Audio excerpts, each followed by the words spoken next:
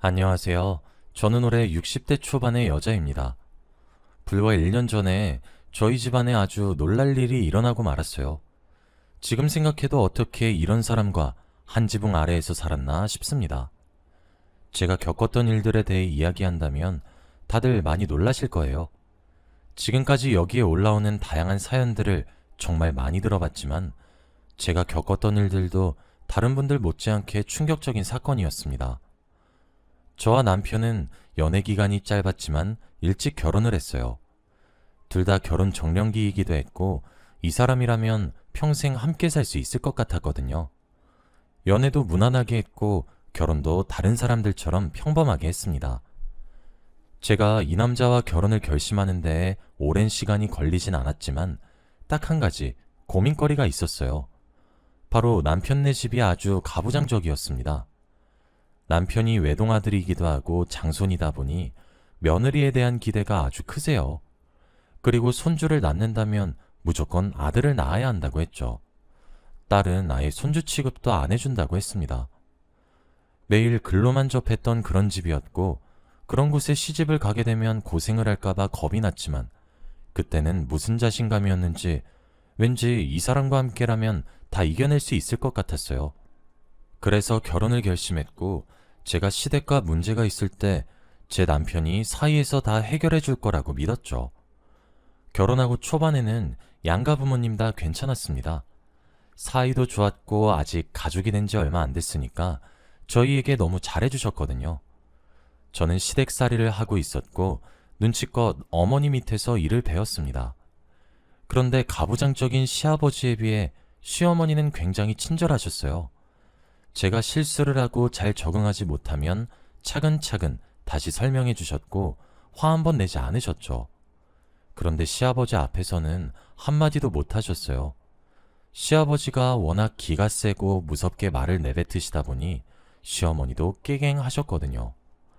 그래도 뒤에서 저를 늘 잘 챙겨주시는 시어머니 때문에 시댁에서 살 수 있었던 것 같습니다.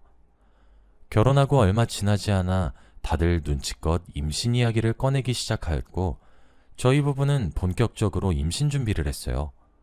시아버지가 제일 적극적으로 나섰고 무조건 아들이어야 한다며 세뇌시켰습니다. 무당도 만나게 하시고 부적도 집안 곳곳에 붙이셨죠. 손자를 낳기 위해서 몇백만 원을 쓰는 건 일도 아니었고 짠돌이인 시아버지의 지갑을 열 수 있었죠. 다행히도 시아버지의 노력 덕분인 건지 저는 아들을 낳을 수 있었습니다. 아들이라는 소식을 알게 된 순간 감격스러워서 눈물이 났어요. 솔직히 마음고생을 안 했다고 하면 거짓말이잖아요? 딸을 낳으면 얼마나 구박을 받을까 싶기도 했고 저도 내심 아들이 낳고 싶어서 기대했습니다. 제가 아들을 낳은 순간 온 집안에 경사가 났고 시아버지는 잔치까지 열 기세였어요. 그리고 아들을 낳은 뒤 시아버지는 사람이 바뀌었습니다. 늘 인상을 쓰고 화만 내시던 시아버지가 제 아들을 보고 매일같이 웃으셨죠. 안방에서도 나오지 않으시던 분께서 손자를 보러 매일 방에서 나와 아들을 보셨고 저 대신에 산책도 많이 가시고 하다못해 학부모 참관 수업에도 가셨죠. 이런 할아버지의 사랑이 저희 아들에게도 전달이 되었는지 제 아들도 할아버지를 너무 좋아했어요. 원래 할아버지와 손자가 잘못하면 어색한 관계가 될 수 있다고 들었는데 저희 집은 정반대였습니다. 아들은 오히려 부모인 저와 남편보다 할아버지와 더 친하게 지냈거든요. 솔직히 속상하지 않았다고 하면 거짓말이죠. 저희는 훈육을 시켜야 하니까 아들에게 혼을 내지만 시아버지는 아들이 하고 싶은 거 다 하게 해주셨습니다. 그러다 보니 아들도 잔소리하는 부모보다 할아버지가 더 좋았겠죠. 그래서 운동회나 소풍도 다 할아버지랑 가려고 난리였습니다. 제가 제일 충격을 받은 건 바로 어버이날이었어요.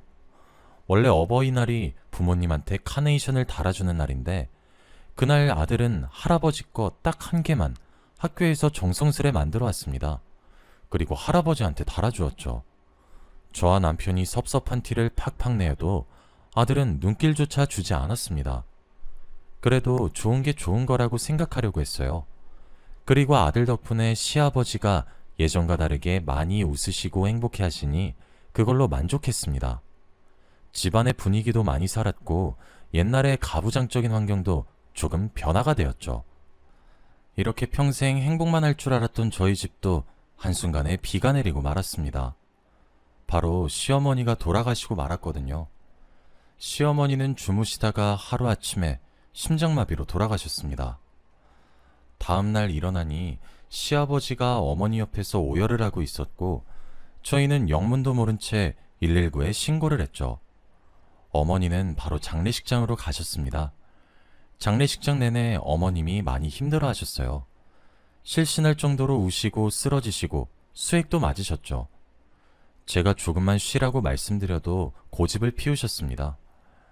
다행히도 어머니가 주무실 때 돌아가셔서 아프지 않게 생을 마감하셨다는 생각이 들면서 불행 중 다행이라고 여겼어요. 시아버지가 이렇게 힘들어하고 매일같이 오시니 아들이 많이 걱정이 되었나 봅니다. 그래서 시아버지의 기분을 풀어드리기 위해 아들이 많이 노력을 했습니다.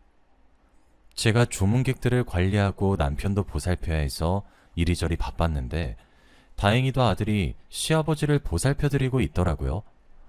아직 대학생인데도 이렇게 할아버지를 챙겨드리고 있는 모습을 보니까 눈물이 났습니다. 다행히도 시아버지는 제 아들의 노력 덕분인 것인지 조금 기분이 나아진 것 같았어요. 그래서 장례식이 끝날 때쯤에는 많이 받아들이신 것 같습니다. 집에서 어머니의 짐을 정리하면서도 많이 우셨지만 그래도 예전만큼은 아니었죠. 시아버지는 시어머니의 죽음을 받아들이셨고 혼자가 되셨어요. 저희는 장례식이 끝나고 나서 집으로 돌아왔습니다. 시어머니가 안 계시니 집안이 텅텅 빈 느낌이었고 왠지 분위기도 삭막하더라고요. 그래서 아들이 정말 많이 고생을 했습니다. 분위기를 띄우기 위해 일부러 장난도 많이 치고 농담도 많이 했죠. 아마 아들이 없었다면 어떻게 됐을지 상상도 안 되네요. 아무튼 다시 예전의 가족 모습으로 돌아오려고 하는데 저희 집에 또다시 불행이 닥쳤습니다. 시아버지가 당뇨병에 걸리셨다고 하셨거든요. 주기적으로 하는 건강검진 결과에서 당뇨병이라고 하셨고 병원을 자주 왔다 갔다 하면서 치료를 받아야 한다고 했습니다. 결국 집에서 시아버지를 병간호할 사람이 필요했고 저는 제가 그 일을 하게 될 거라고 예상했죠. 원래 며느리들이 시아버지 병간호를 많이 하기도 하고 아버지가 워낙 가부장적이시니 당연하다고 생각했습니다. 그런데 모두의 예상을 꺾고 아들이 할아버지 병간호를 하겠다고 했어요. 할아버지를 워낙 좋아하기도 했고 엄마 고생시키기 싫다고 했습니다. 시아버지도 같은 남자인 손자가 병간호를 해주니 거부하지 않았죠. 그때 저는 아들 하나는 정말 잘 낳았다고 생각을 했던 것 같습니다. 아들은 자신의 할아버지 병간호를 했고 한 번도 하기 싫다고 투덜댄 적이 없어요. 저와 남편도 옆에서 아들을 많이 도와주었고 그 중에서 아들이 제일 열심히 병간호를 했죠. 이제 아들도 많이 커서 어엿한 성인이 되었고 번듯한 직장인이 되었습니다.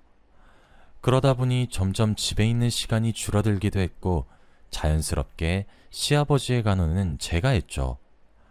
아들은 어엿한 직장인이 되었지만 주기적으로 집에 와서 있다가 갔고 버는 돈의 대부분은 저축도 하는 성실한 사람이었어요. 이런 아들이 이제 결혼만 하면 좋겠다고 생각을 했지만 아들은 결혼이 하기 싫다고 했습니다. 왜 그러냐고 물으니 그냥 이유는 없고 단순히 혼자 살고 싶다고 해요.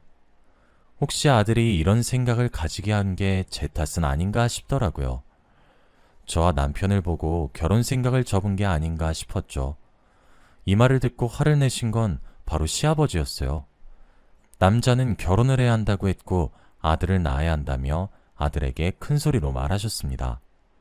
시아버지는 무조건 아들이 결혼하는 모습을 보고 눈을 감을 거라고 했죠. 그런데 정말로 몇 달 후 아들이 여자를 데리고 왔습니다.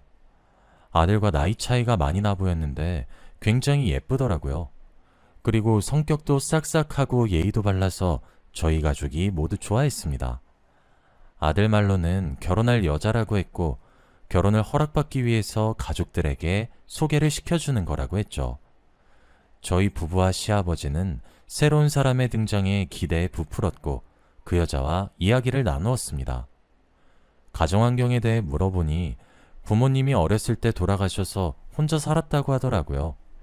그런데도 좋은 대학교를 졸업하고 좋은 회사에 취업한 걸 보니 정말 열심히 살았겠다는 생각이 들었습니다. 그리고 모아둔 돈이 별로 없었지만 아들만 괜찮다면 저희는 별로 상관이 없었죠. 이렇게 착하고 예의 바른 사람이 부모 없이 힘들게 어떻게 살았나 싶으면서 눈가가 촉촉해졌습니다. 그런데 갑자기 시아버지가 예비 며느리에게 결혼하면 여기 들어와서 살 거지? 라고 말을 하더군요. 시아버지 빼고 전부 다 아들 부부가 분가를 한다고 생각했는데 시아버지는 고집을 피웠습니다. 남는 방도 많으니 무조건 이 집에서 살라고 말이죠.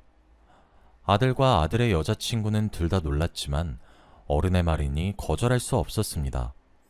그리고 시아버지가 갑자기 예비 며느리에 대해 궁금한 것이 더 있으신 건지 이것저것 질문을 하기 시작했어요. 그러면서 자연스레 예비 며느리 옆으로 자리를 옮겼고 저에게 며느라 가서 인삼주 좀 가져와라 라고 하더군요. 시아버지가 귀한 손님이 오면 꺼내주는 인삼주를 가져오라고 했고 제가 처음 인사드리러 왔을 때도 주시지 않던 인삼주를 꺼내라고 하니 속상했어요. 그 여자는 시아버지가 따르는 술을 받아 먹으면서 이야기를 했고 시아버지와 많이 친해진 것 같더라고요. 결혼을 하더라도 저희 며느리인데 시아버지가 그렇게 행동하시니 조금 당황스러웠습니다. 시아버지가 술이 많이 들어가셨는지 예비 며느리에게 추근덕거렸고 솔직히 같은 여자가 봤을 때 많이 거북했어요. 이미 옆에서 아들은 술에 취해 뻗어 있었고 제 남편은 정신을 차리지 못했죠. 그래서 결국 제가 둘 사이를 갈라놓았습니다. 시아버지는 아쉬워하는 표정이었고 예비 며느리는 고맙다는 표정을 짓더라고요. 그리고 저는 상황을 정리하며 시아버지를 방에 넣었습니다. 예비 며느리는 집에 가기 전에 제 손을 잡으며 너무 감사드려요 어머니 라고 했죠. 그렇게 상황이 끝났고 둘은 결혼식을 올렸습니다. 며느리가 저희 집에 들어오니 그래도 일할 사람이 2명이 되니까 조금 수월할 줄 알았어요. 그런데 그건 저만의 착각이었습니다. 오히려 시아버지는 며느리를 옆에 끼고 살았고 저한테 일을 더 시켰거든요. 며느리는 제 눈치를 보며 일을 하려고 했지만 시아버지가 막았습니다. 제가 보기에는 아들이 눈치를 챌 만한데 자기 할아버지를 극진히 믿는 건지 아무 말 안 하더라고요. 그렇다고 제가 먼저 말하면 사고가 날 것 같아 며느리가 직접 아들에게 말하는 방법밖에 없었습니다. 그런데 며느리도 은근 즐기는 것 같더라고요. 아들과 남편이 출근을 하면 집에는 저와 며느리 그리고 시아버지밖에 없어요. 저희 집에 들어온 지 한 달이 조금 넘어서부터 시아버지와 며느리가 엄청나게 친해졌습니다. 원래 저에게 과일 깎아라 청소 좀 해라 이것저것 시키시는 분이 며느리랑 같이 산책도 나가시고 놀러도 다니시면서 집에 잘 안 계시기도 했어요. 솔직히 시아버지 며느리는 저인데 손자 며느리를 그렇게 아끼시니 속상했습니다. 그리고 둘이서 방 안에서 뭘 하는지 방문을 닫고 하하호호 거리고 있기도 했고 저를 아예 투명인간 취급도 했습니다. 며느리한테 다가가서 조심스레 방 안에서 뭐 하냐고 물어보았지만 며느리는 게임했어요 게임 이라며 말을 돌렸죠. 왠지 모르게 수상한 기운을 느꼈고 저는 어떻게든 진실을 알아내려 했습니다. 그래서 남편에게 시아버지 방을 들어가 보라고 했어요. 남편은 잔뜩 긴장한 채로 방문을 따서 들어갔고 둘은 남편과 저를 보고 놀라셨습니다. 둘이서 같이 앉아서 서류 같은 걸 보고 있더라고요. 남편이 의심을 하고 방문을 열어서 시아버지가 화를 냈고 결국 문고리도 하나 더 다셨습니다. 도대체 무슨 서류이길래 저렇게 재밌게 보고 있나 싶었죠. 그런데 어느 날 저희 집에 놀라운 소식이 들려왔습니다. 바로 며느리가 임신을 했다는 소식이었어요. 저희 가족들은 너무 좋아했고 특히 시아버지가 좋아하셨습니다. 그런데 가장 좋아해야 할 저희 아들은 표정이 좋지 않아 보였죠. 저는 내심 속으로 앞으로 책임져야 할 가족이 더 늘어서 그런 줄 알았습니다. 그래서 아들에게 별말하지 않았고 집에 임산부가 생겼으니 저희 집은 며느리한테 전부 초점을 맞췄죠.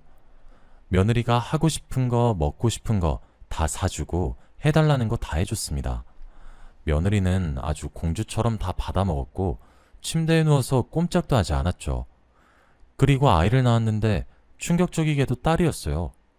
당연히 아들이 아니면 거들떠보지도 않으시는 시아버지가 많이 혼을 낼 줄 알았습니다.